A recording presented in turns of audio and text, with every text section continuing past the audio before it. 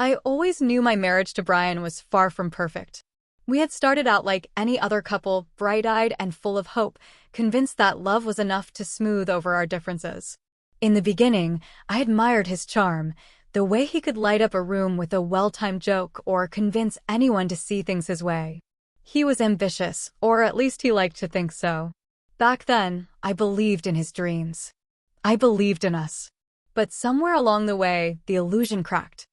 I built my life through discipline, strategy, and sheer determination. Brian, on the other hand, floated through life expecting doors to open for him simply because he knocked. He saw effort as an insult to his ego, as if real success should come effortlessly. When it didn't, he blamed everyone but himself, his bosses, the economy, his unsupportive wife. The resentment between us grew slowly, like a leak in the foundation of a house. At first, it was just small remarks, sarcastic quips tossed in the middle of dinner. But over time, it festered into outright contempt. He hated that I was the more successful one. And when I say hated, I mean hated. It wasn't obvious at first. Brian liked to tell people he was proud of me, but I saw the way his jaw clenched when someone asked about my work instead of his. I noticed how his compliments felt forced, his praise always laced with some backhanded jab. She works so hard. Sometimes I wonder if she even remembers she has a husband. Yeah, Katie's the smart one. I just sit back and let her do all the thinking. God forbid I have an opinion. I told myself it didn't matter. That I was imagining things.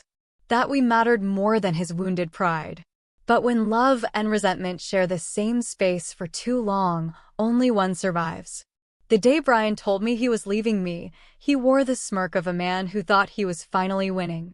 "You'll never make it without me, Katie," he said, arms folded across his chest like he was doing me a favor by walking away. "You got lucky in business, that's all. But now? Now I'm moving on to someone who actually understands what success looks like." Julia Harper, CEO of Harper Investments. A woman with wealth, power, and a name that carried weight in the business world. Brian said her name like it was supposed to mean something. I stared at him for a long moment, waiting for the usual sting of betrayal. But it didn't come. Instead, I felt relief. No more forced smiles. No more nights lying awake, wondering if I was the problem. No more pretending to be smaller just to make him feel bigger. Brian mistook my silence for shock. "She's everything you're not, Katie," he continued, mistaking cruelty for power. "Smart. Sophisticated. Wealthy. She's got connections that matter, and she knows how to support a man with ambition." I almost laughed. Brian had ambition, sure.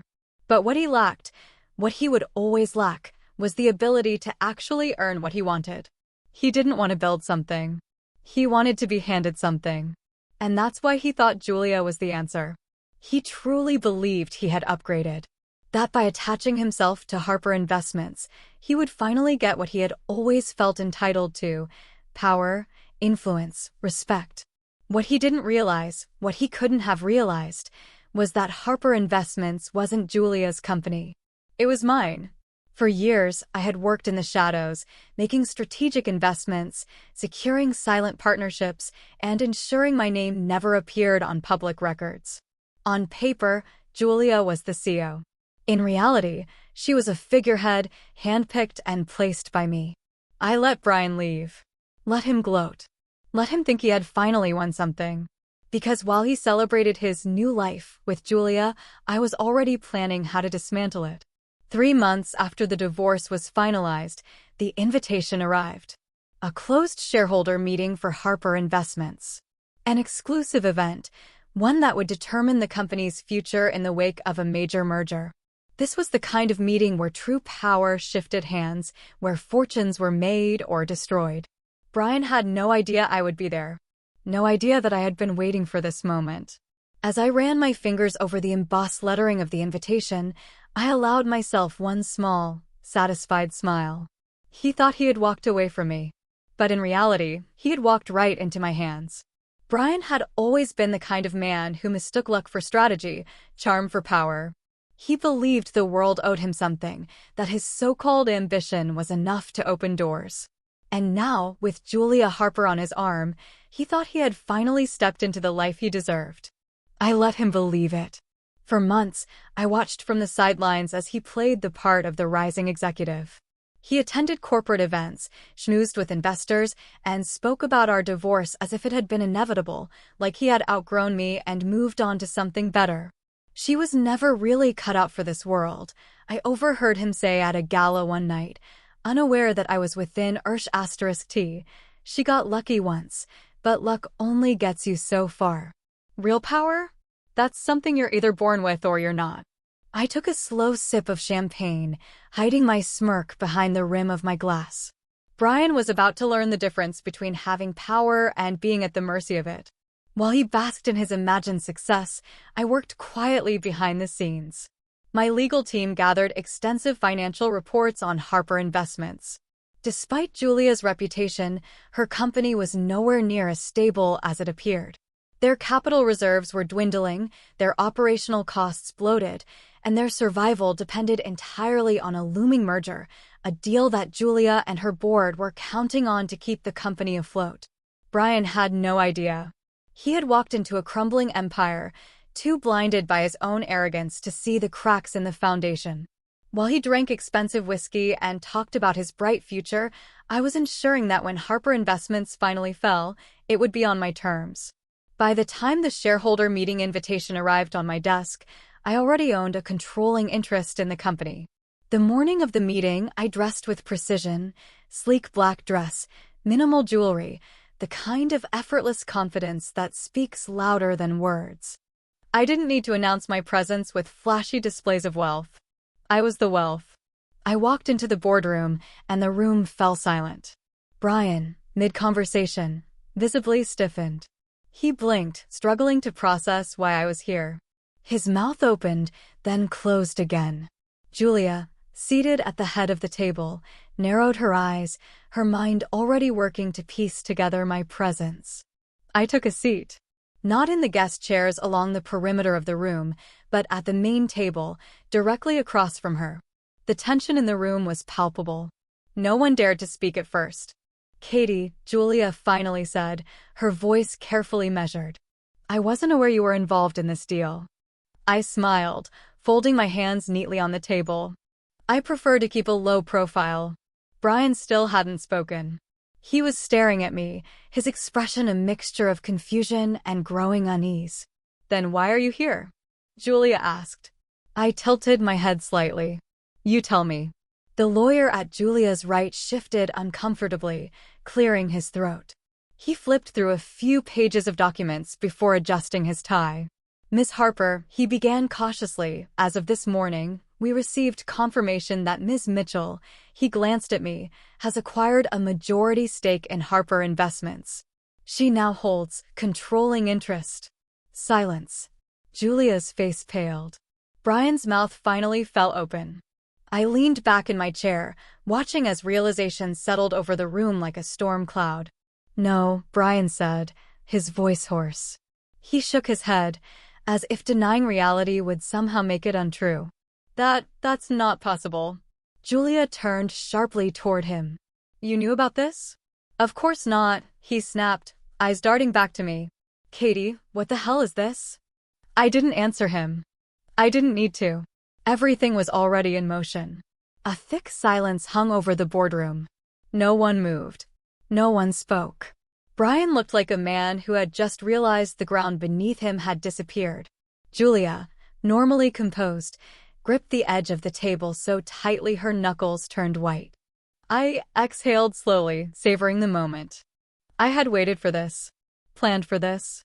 "I assume this is some kind of mistake," Julia said, her voice tight, controlled.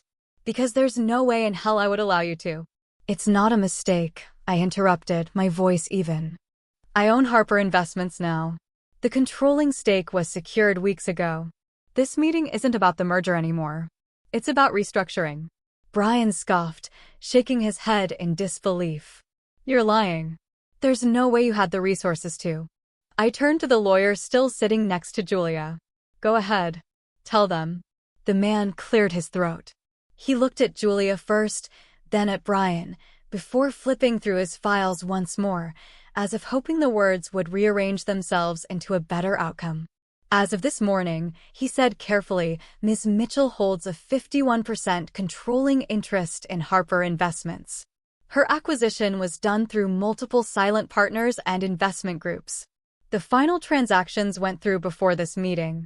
The paperwork is legitimate. Julia inhaled sharply. Brian's face twisted in rage. You set me up. I arched an eyebrow. Did I? You knew I was coming here. You let me think. What, Brian? I tilted my head. That you had finally won? That you had left me behind for something better? His face burned red, and for the first time in his life, Brian had nothing to say.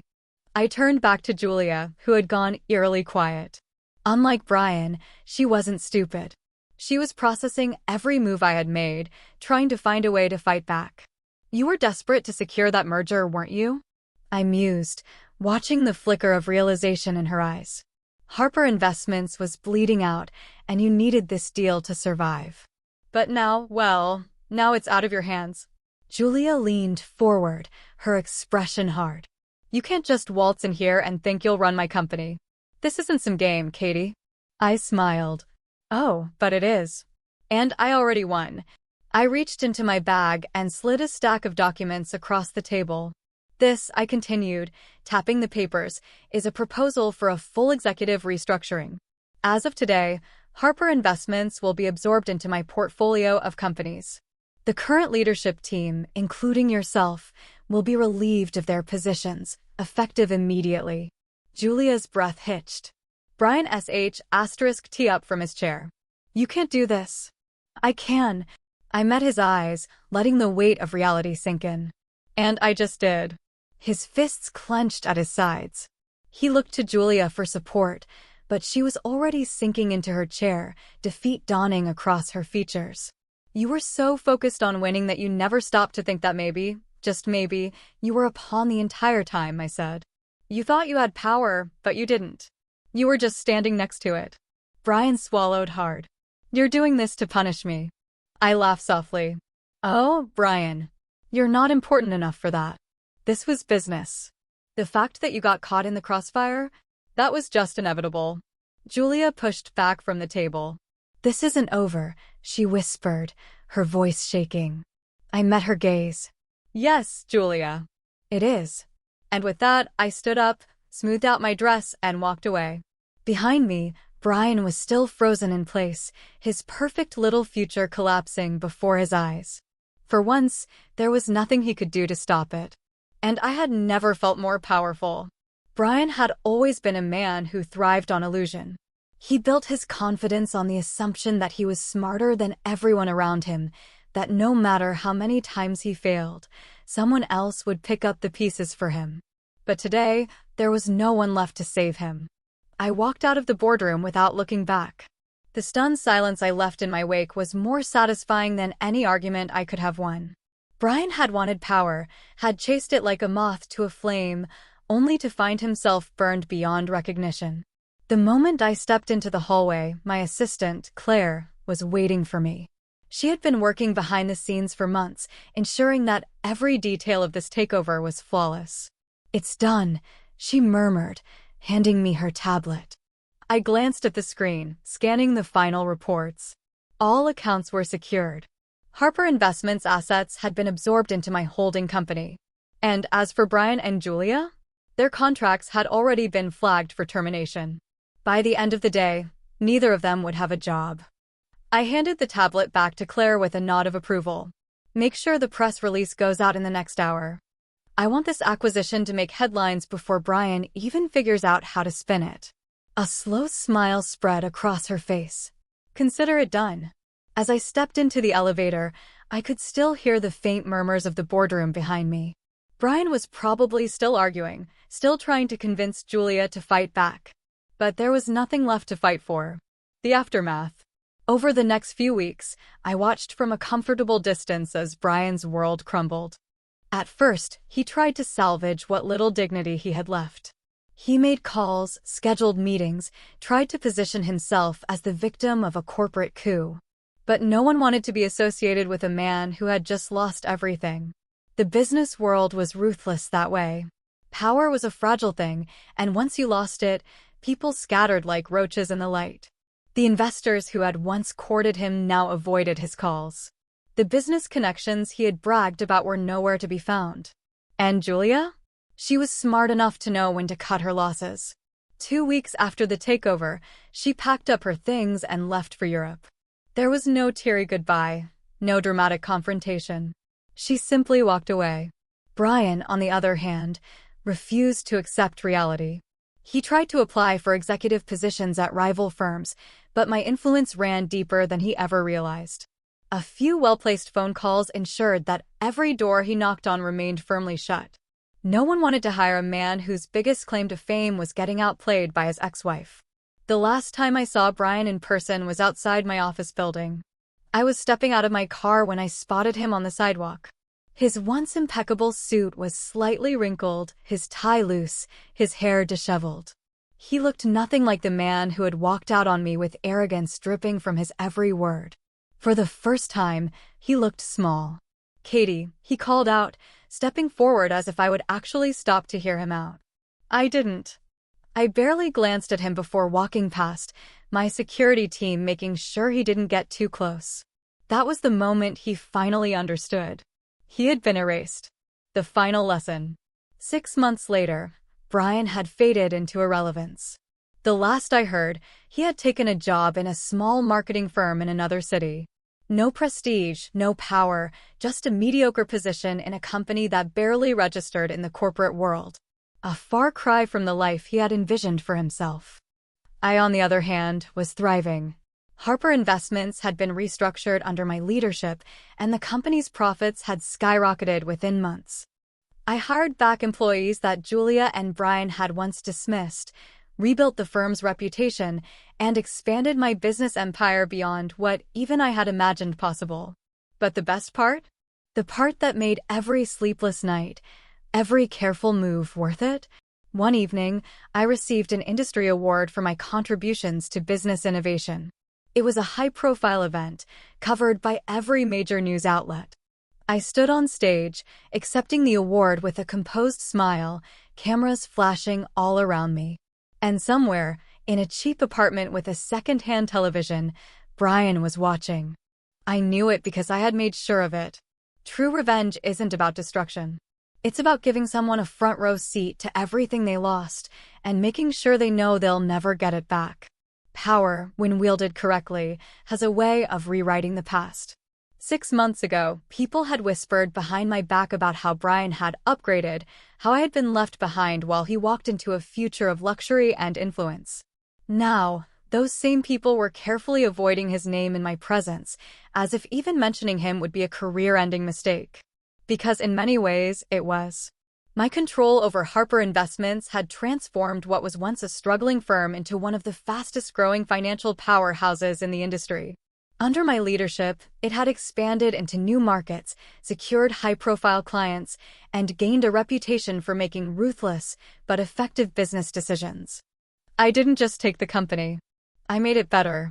The employees who had once feared the instability of Julia's leadership now looked at me with something between admiration and awe. I had fired the dead weight, promoted the ones who deserved it, and made it clear that competence was the only thing that mattered in my world. And it worked. It didn't take long before people stopped referring to Harper Investments as Julia Harper's company. Now, it was mine. The final humiliation. Brian had spent the past few months desperately trying to claw his way back into relevance. But the business world has no patience for men like him, men who talk a big game but have nothing to back it up. Every attempt he made to secure a high-level position was met with polite rejection. Every networking event he attended ended with people barely remembering his name. I had stripped him of the one thing he valued most, the illusion that he was important. And now, he was just another man trying to survive in a world that no longer cared about him. But the final blow came on an otherwise uneventful evening. I was attending a charity gala in New York, an exclusive event filled with some of the most powerful figures in business and finance. The kind of event Brian used to dream about being invited to. I was mid-conversation with a potential investor when I felt a shift in the room. A few people near the entrance exchanged quiet glances, their amusement barely concealed. Curious, I turned to see what had caught their attention. And there he was. Brian, dressed in a slightly outdated suit, standing near the doorway with an uncertain expression. He looked uncomfortable, out of place. It didn't take long to figure out what had happened. Someone, likely an old acquaintance who hadn't yet realized his fall from grace, had invited him as a guest. He probably thought this was his chance to slip back into the world he had once belonged to shake hands with the right people, to remind them that he still mattered. But instead, all he had done was put himself in the one place where his humiliation would be absolute. I turned back to my conversation, making it clear that he was nothing more than background noise to me. But Brian wasn't one to go unnoticed for long. Within minutes, I saw him making his way toward me, determination in his eyes. I sighed, already knowing how this would play out. "Katie," he greeted, forcing a smile as he stepped in front of me. "It's been a while." I took a slow sip of my champagne before finally acknowledging him. "Has it?" Something flickered across his face, annoyance, maybe even desperation. He had been expecting something different. Maybe surprise. Maybe nostalgia. But he should have known better. "You look good," he said, his eyes scanning my expensive gown, my flawless presentation. "Success suits you." I gave him a small smile. "I know." His jaw tightened. "Can we talk?" I tilted my head, feigning curiosity. "About what?" He hesitated, glancing around as if trying to determine how many people were listening. And of course, everyone was. Brian had never been good at reading a room. He didn't realize that the moment he walked up to me, the people around us had leaned in just slightly, waiting to see how this would unfold. He finally sighed. "Look, I know things didn't end well between us. But I wanted to say that I regret how things happened. I should have handled things differently." I let the silence stretch, watching him squirm. He wasn't apologizing because he meant it. He was apologizing because he thought it would give him an opening, a way back into the circles that had rejected him. But the thing about power? Once you lose it, you don't get to ask for it back. "Apology accepted," I said simply. "Was there anything else?" He blinked, as if thrown off by my lack of reaction. "That's it." I arched an eyebrow. "What more did you expect?" He exhaled sharply, rubbing the back of his neck. "I know you probably don't care, but I've been trying to get back on my feet. Things have been difficult." A few feet away, I saw Julia Harper watching us, drink in hand. She had returned to the States a month ago, now running a much smaller firm. She wasn't in complete ruin, but she wasn't the powerhouse she once was either. She caught my eye and gave me the slightest nod. A silent acknowledgement. We weren't allies. We never would be. But we both knew what it felt like to watch Brian self-destruct. I turned back to him, giving him a neutral expression. "That sounds tough." He let out a humorless chuckle. "Yeah, well, you win some, you lose some, right?" "That's one way to look at it," I said. "But I prefer to think that you don't lose what you never truly earned." His lips parted slightly, and I knew I had hit the mark. This was what he had been dreading.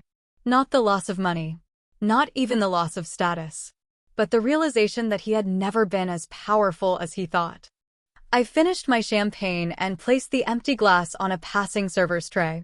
"Good luck, Brian," I said, turning away. "You'll need it." I walked off, leaving him standing there in the middle of a room full of people who had already decided he was irrelevant. I didn't look back. I never did. Some people learn from their mistakes. Brian wasn't one of them.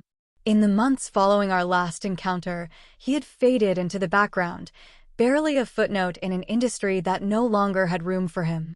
He had lost his career, his influence, and the respect of the people he once tried so desperately to impress. And yet, he still hadn't accepted it. I knew this because every few weeks, without fail, I would receive an email from him. At first, they were professional, suggestions that we meet for coffee, disguised as friendly check-ins. Then came the apologies, the attempts to explain. He was sorry. He had made mistakes. He knew that now. "Could we talk?" I never responded. I wasn't interested in his remorse. and I certainly wasn't interested in giving him a second chance. But Brian was persistent. And when politeness failed, desperation took its place. One evening, as I was wrapping up a meeting at my office, Claire knocked on my door, her expression unreadable. "There's someone here to see you," she said carefully. I didn't need to ask who. Sighing, I closed my laptop and stood. "Where is he?" "In the lobby." She hesitated before adding, "He doesn't look good." I stepped out of my office and took the elevator down to the main floor. The moment the doors slid open, I saw him. Brian, sitting on one of the sleek black benches near the entrance, looking like a man who had run out of options. His suit, once tailored to perfection, now hung a little looser on his frame. His hair, always carefully styled, had lost its polish. He looked tired, worn down, exactly the way I had once felt when he walked out of my life, convinced he had one. He stood when he saw me, straightening his shoulders, forcing a smile that didn't quite reach his eyes. "Hey, Katie." I didn't return the smile. "What do you want, Brian?" His jaw tightened slightly, as if bracing for impact. "I was hoping we could talk." I crossed my arms. "We are talking." He let out a slow breath. "Look, I know I don't deserve anything from you. And I know I messed up badly. But I need a job." There it was. Not an apology. Not a genuine moment of reflection. He wanted something. I raised an eyebrow. "And you think I would hire you?" "I don't expect you to hand me anything," he said quickly. "I just need a reference. A foot in the door somewhere. I'll work my way up, prove myself. I need a chance." There was a time when those words might have affected me. A time when I might have felt sorry for him. But not anymore. I stepped closer, lowering my voice just enough that he would feel the weight of my next words. "You had your chance, Brian," I said. "You had more chances than you deserved." His eyes flickered with something I couldn't quite place. Regret? Humiliation? Or maybe, just maybe, he was finally beginning to understand. "I never should have left you," he murmured. "I see that now." I let out a quiet laugh. "No, Brian. You should have never underestimated me." His face fell, and for the first time since our divorce, I saw it, the realization that this was it. There was no fixing this. No undoing the damage. I glanced at my watch. "I have a meeting to get to." He swallowed hard. "So that's it?" "That's it," I confirmed. For a moment, he just stood there. Then, finally, he nodded. Without another word, he turned and walked toward the exit. I watched as he disappeared through the revolving doors, stepping out into a city that no longer belonged to him. And for the first time, I felt nothing. No anger. No satisfaction. Just the quiet certainty that I had won. Not because I had taken everything from him, but because he had finally learned the most painful lesson of all. Some mistakes can never be undone.